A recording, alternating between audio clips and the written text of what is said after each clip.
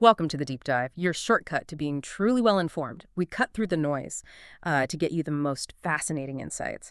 And today, we're diving into the, well, really vibrant world of cannabis genetics. We're going to uncover the story behind a true legend, the strain known as forbidden fruit. This isn't just about, a plant. It's really a story about how meticulous work, cultivation, and then this kind of unexpected viral moment, how that can create a huge cultural stamp. Yeah, forbidden fruit is such a compelling case study, isn't it? It started as this very intentional kind of local project down in California's South Bay, but then it just blossomed, became this global thing, really redefining what people, expected from cannabis back then. Our sources, they really trace its whole journey, how it moved beyond just like sheer potency to really emphasize looks, flavor, and this distinct character. It left a huge mark. I'm honestly really excited to unpack the alchemy, I guess, behind how this particular strain just grabbed everyone's attention, became such a staple. It's a story of, unexpected legend, unique genetics, and this undeniable cultural influence. Okay, let's unpack this. Let's explore how forbidden fruit really sparked something big.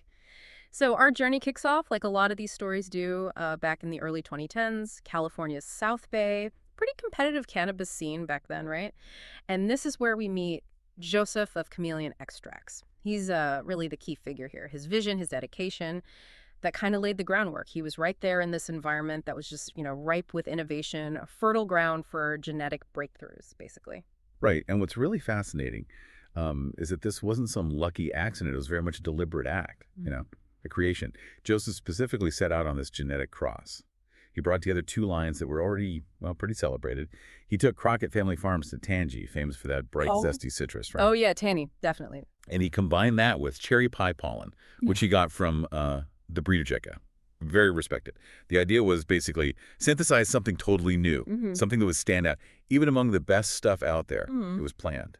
Tangie times cherry pie. Okay, so you've got these two, powerhouses coming together. Tangie with that almost electric kind of tropical oranges thing going on, and then cherry pie, which is known more for its sweet, earthy, almost desserty richness. On paper, yeah, sounds promising, but what was it about this particular mix right then that made it transcend, made it something unique, not just another pretty good cross? What was the spark? Well, okay, that leads us right into the really crucial part, the selection process. Finding what breeders call the keeper pheno. It's meticulous work. Our sources say Joseph started this whole thing by popping 37 seedlings. 37, wow! Yeah, that's a decent number. Real investment, time, and resources. And out of that whole group, just one. One single cut truly, unequivocally stood out. It apparently grabbed attention right away. Showed this distinct purple early in its growth, which kind of signaled its unique look. But it wasn't just looks. The smell, too, was immediate. An incredible olfactory thing. This burst of tangy citrus blasting on the nose right up front, and then beautifully balanced by that distinct cherry pie sweetness underneath. Gave it complexity depth. Whole sensory package from the get-go. That level of precision, finding the one gem out of 37, that's pretty remarkable itself. But Joseph didn't just stop there, right? The sources suggest he went even further, used this sophisticated refinement strategy. Can you maybe explain just briefly what back crossing is in this context, and why cherry pie? Why back cross to that twice? What was he actually chasing? Exactly. Yeah, so back crossing, it's a very deliberate breeding technique, pretty advanced. You take a hybrid plant and you cross it back with one of its original parent strains. In this case, by breeding that winning hybrid back to cherry pie twice, Joseph was very carefully working to stabilize and amplify the specific traits he really wanted to lock in. He was, just like the source says, chasing potency while keeping that tangerine edge from the tangy side. Oh, okay. So a balancing act. Precisely. This careful genetic reinforcement, it made sure that the unique smell, the amazing look, and that potent but balanced effect weren't just there, but they were stable, consistent, reproducible. This deliberate work resulted in a truly exceptional, really desirable phenotype, a stable foundation that became, the basis for forbidden fruit's fame and influence later on. It wasn't enough for it to be just good. It had to be consistently great, reliable. Right. And once that perfection was dialed in, its aesthetic appeal was just immediate, undeniable, a huge part of its allure.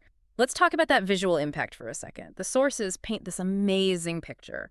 violet nugs. You can just imagine these deep purple buds, and then dramatically contrasted with neon hairs, these tiny bright orange filaments against that dark purple. Like, wow, it wasn't just cannabis, it looked like a little piece of art. And that made it instant shelf candy. Oh, absolutely. This is where that whole idea of bag appeal really took off, and it connects directly to modern stuff like Instagram clout. The source puts it so vividly. It was the type of jar that stopped buyers mid-scroll and demanded photos. Yeah, I can see that. Its visual identity was just so distinct, so captivating, it became its own marketing engine, really. What Forbidden Fruit basically showed the industry was that a strain's look, its visual pop, could drive hype and success just as much as anything else.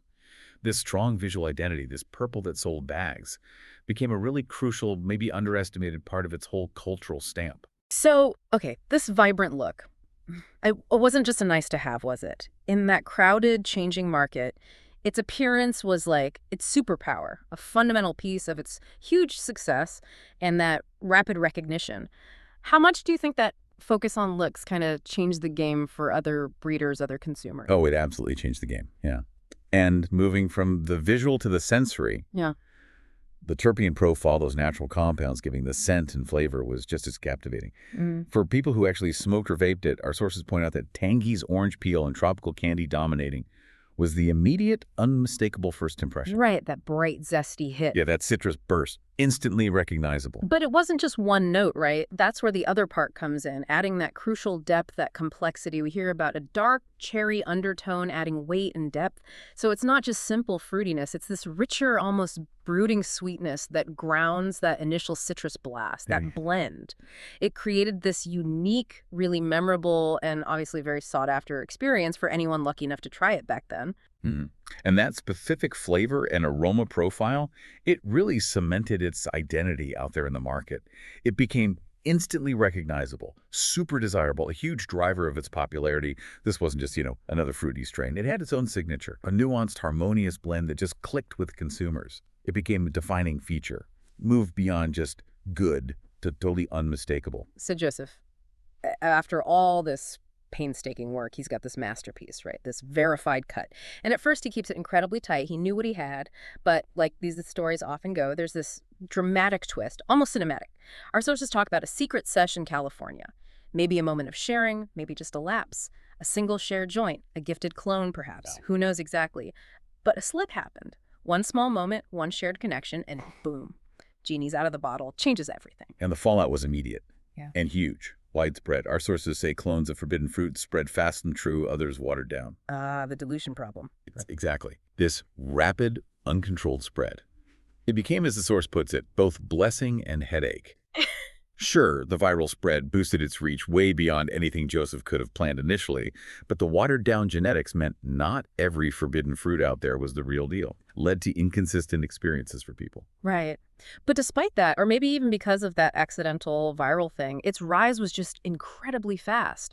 By 2017, forbidden fruit is apparently hitting menus all over California, becoming a must-have item. And then by 2018, its dominance is clear. Leafly, the big cannabis info site, they crowned it the #1 trending strain. Number one, yeah. What began as this South Bay backyard project, this carefully kept secret, was suddenly, almost overnight, thrust right into the global spotlight. It's an amazing trajectory for a plant that was, for a while, guarded so closely. The irony, right? That slip might have been the very thing that made it a superstar. Yeah, and what's really fascinating here, its appeal went way beyond just people smoking the flower. Forbidden fruit quickly became a hashmaker's pick, a favorite for extractors. Our sources clearly state extractors loved the resin. Ah, interesting. Why? Well, this was significant because its unique fruit punch terps, those really vibrant, complex aromatic compounds, they translated beautifully into concentrates. Things like live resin slabs and cartridges carried its fruit punch terps really well. And this effectively helped bridge flower smokers with the booming vape wave that was really taking off then. Right, the vape market was exploding. Exactly. So it made it incredibly versatile, expanded its market appeal massively. And it's that versatility, isn't it? That unique profile translating so well across different ways of consuming that really cemented its lasting influence, gave it a real legacy, wouldn't you say? Oh, absolutely. Its impact on the industry, especially in breeding, profound. Breeders just ran wild with it. They immediately saw its incredible genetic potential as a parent strain. It quickly became this cornerstone, like a genetic building block for a whole bunch of new, super popular strains. We see great examples like Italian Ice, that's Gelato 45, crossed with Forbidden Fruit. Oh yeah, Italian ice is popular. And then the broader category of Forbidden Z or Forbidden Skittles polyhybrids. These are more complex crosses, bringing multiple popular lines together, all using Forbidden Fruit's unique profile as a base. And by doing that, these crosses really cemented the candy gas palette of the late 2010s, didn't they? It wasn't just part of a trend, it kind of defined a whole flavor profile that became hugely popular and sought after everywhere. Indeed. Yeah, Forbidden Fruit was way more than just some passing trend. It left a really deep cultural stamp on the whole industry. Our sources really emphasized it created this new aesthetic. It was purple, fruity, loud, all caps loud. It represented this perfect storm, undeniable bag appeal, Yeah. massive Instagram clout, and really consistent high session value. Right. What it proved fundamentally to the whole market was that a strain's look, its vibrant appearance, and its unique terpene profile could fuel hype and drive success just as powerfully as, say, sheer potency alone. Right. This was a big shift, a reevaluation of what consumers really valued. It set a new benchmark for what a well-rounded, commercially successful, and culturally impactful strain could actually be. What an incredible journey we've traced today, huh? From this meticulously bred seedling, carefully looked after in, the corners of California's South Bay, Forbidden Fruit just blossomed into this globally recognized staple. Truly became famous for its distinct, almost artistic look, that unforgettable layered flavor, and its undeniable genetic influence. It left a huge mark on the entire cannabis scene. Yeah, and it raises this really important question for us to think about, doesn't it? How do these specific, really intentional choices in breeding and cultivation, Joseph's vision and hard work, how does that combine with something totally accidental like the viral spread and this clear, compelling look? How does all that come together to create such a lasting, widespread legacy? It really highlights this complex interplay between careful science, the unpredictability of cultural adoption, and the undeniable power of having a truly distinct identity in any market. And the sources leave us with this really powerful line. Tangie and Pie had met before, but never like this. That simple sentence really hits home, I think. It encourages us and you listening to consider that unique alchemy, those specific combinations and circumstances that lift something from just good or even great to truly legendary in any field, really. So maybe ponder that unique spark, that perfect storm of elements in your own observations, maybe your own creations. What unique combination of talents or ideas or circumstances could you uncover or maybe create? That changes the game, leaves its own undeniable mark on the world. Thanks for joining us on this deep dive. We'll catch you next time.